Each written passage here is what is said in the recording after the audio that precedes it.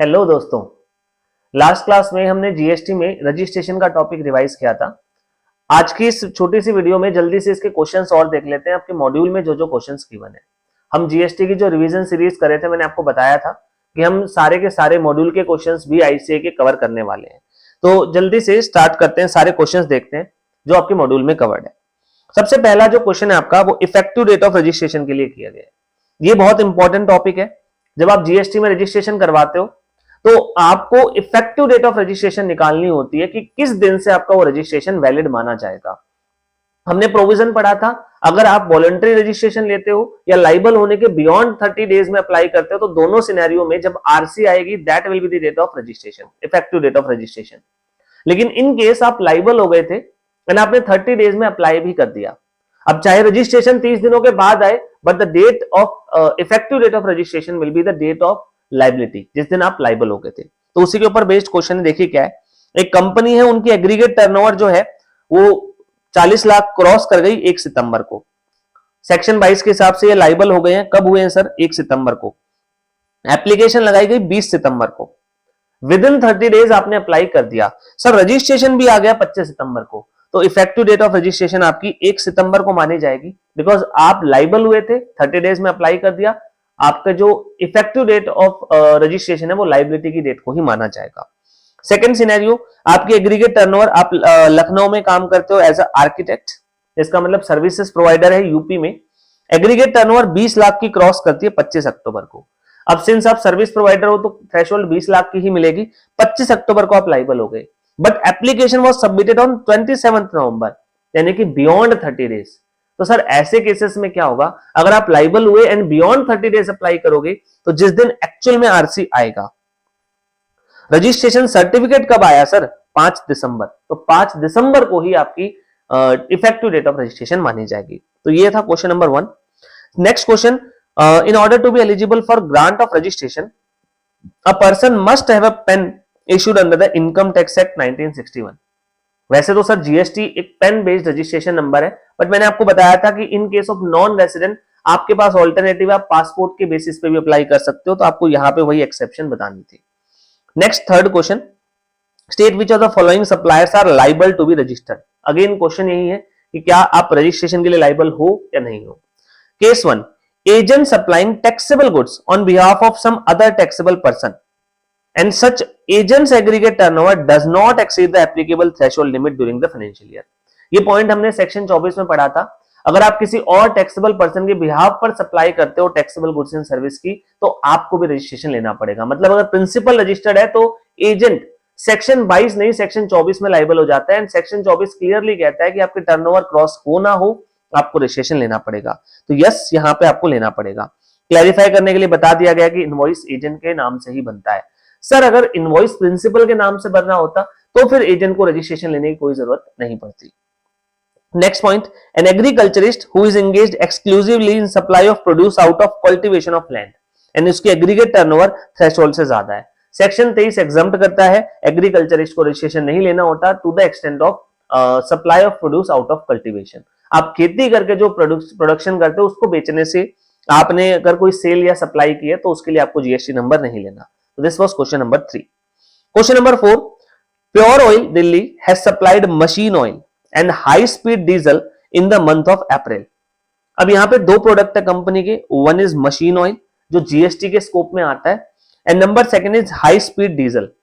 Basically आपके 5 petroleum product है जो जीएसटी के दायरे में कवर किए गए हैं, बट उनपे जीएसटी फ्यूचर डेट से लगेगा। तो फॉर द टाइमिंग ये जीएसटी से बाहर ही है।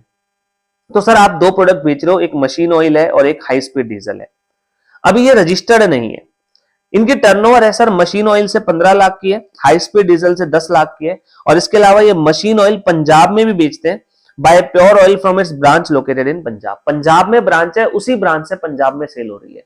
दिल्ली से पंजाब नहीं बेच रहे। This is not a case of interstate supply. मैंने देखा है मोस्ट ऑफ द टाइम बच्चे इसमें यही गलती करते हैं कि पंजाब में बेच रहे हैं सर दिल्ली वाले। दिल्ली से पंजाब में नहीं बेचा गया है, पंजाब में बेचने के लिए आपने पंजाब में ब्रांच ओपन कर रखी है। That means there is intrastate supply from Punjab to Punjab. तो सर 10 लाख की ये भी सेल है। आपको बताना है वेदर ये लाइबल है या नहीं। अब क्वेश्चन अराइज होता है sir what is the aggregate turnover. मैंने आपको बताया था एग्रीगेट टर्नओवर में सब कुछ जोड़ा जाता है, चाहे टैक्सेबल हो, चाहे नॉन टैक्सेबल हो, चाहे एग्जम्प्ट सप्लाईज हो, सबका टोटल लिया जाता है। इसका मतलब हम इन सबको जोड़ देंगे एंड एग्रीगेट टर्नओवर बन गई आपकी 35 लाख रुपीस। अब ये व्यक्ति दिल्ली में काम कर रहा है, दिल्ली में थर्ड लिमिट में आएगा, दैट मींस 40 लाख की लिमिट मिल जाएगी अगर आप एक्सक्लूसिवली गुड्स बेच रहे हो। अब यहां पे एक्सक्लूसिवली गुड्स है तो 40 लाख की थ्रेशोल्ड मिलेगी, then pure oil is not liable for registration. Sir यहां पे इंट्रा स्टेट सप्लाई है, इंटर स्टेट नहीं है, तो ये ध्यान रखना 40 लाख से नीचे है आपकी turnover, hence you are not liable for registration. Next question में कहा गया है कि what will be your answer if in question 4 above pure oil supplies high speed diesel in Delhi in the capacity of an agent of mixed oil non registered where invoice to customer are issued in the name of pure oils। अगर आप किसी के agent बनके goods बेच रहे हो और बेचते समय आपने खुद को ही सप्लायर दिखा दिया है तो वो आपकी ही टर्नओवर माना जाएगा। ये चीज मैंने आपको कल भी बताई थी। तो ये डीजल की सप्लाई इनकी ही टर्नओवर में जुड़ेगी एंड आंसर सेम रहेगा, एग्रीगेट टर्नओवर 35 लाख की रहेगी।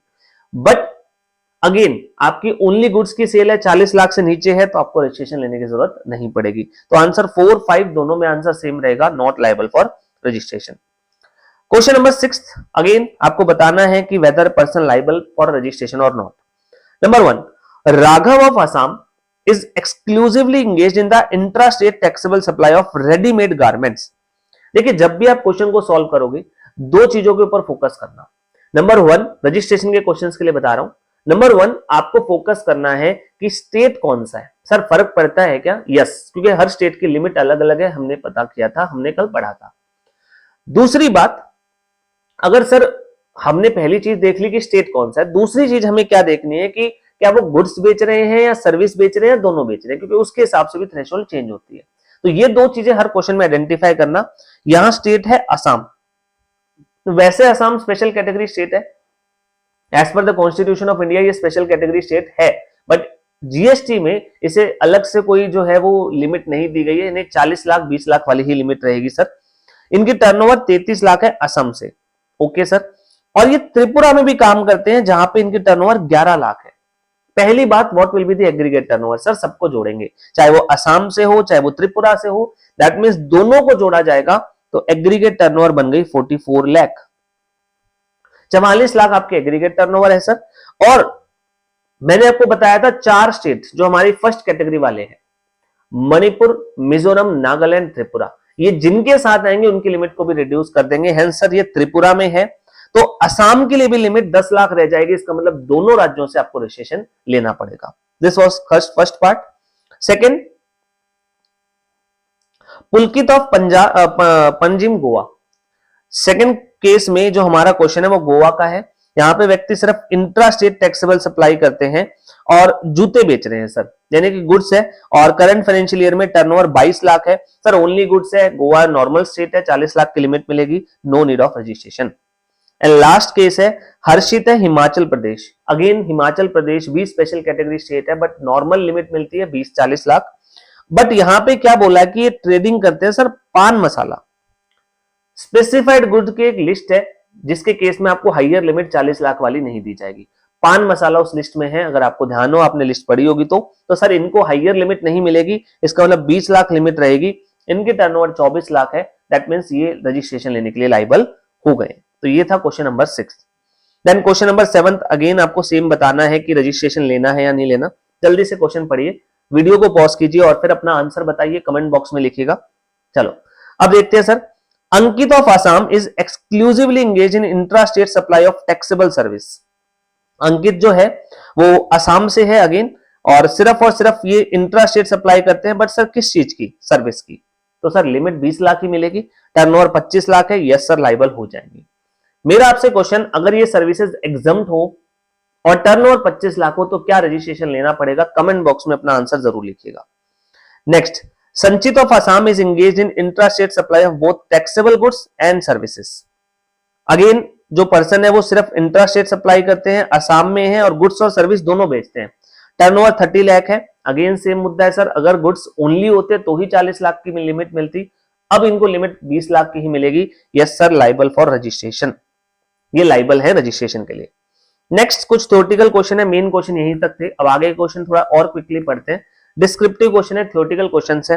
What are the advantage of taking registration in GST?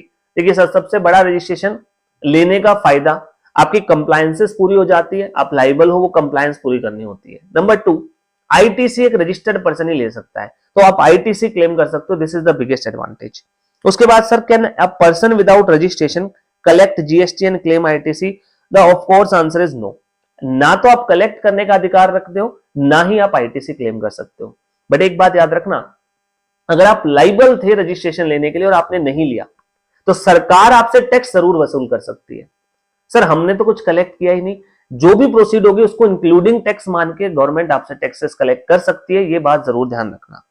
Next, if a person is making taxable supply from different states with the same PAN, can he operate with a single registration? देखिए अगर आप अलग अलग राज्यों में काम कर रहे हो तो सिंगल रजिस्ट्रेशन से काम नहीं बनेगा।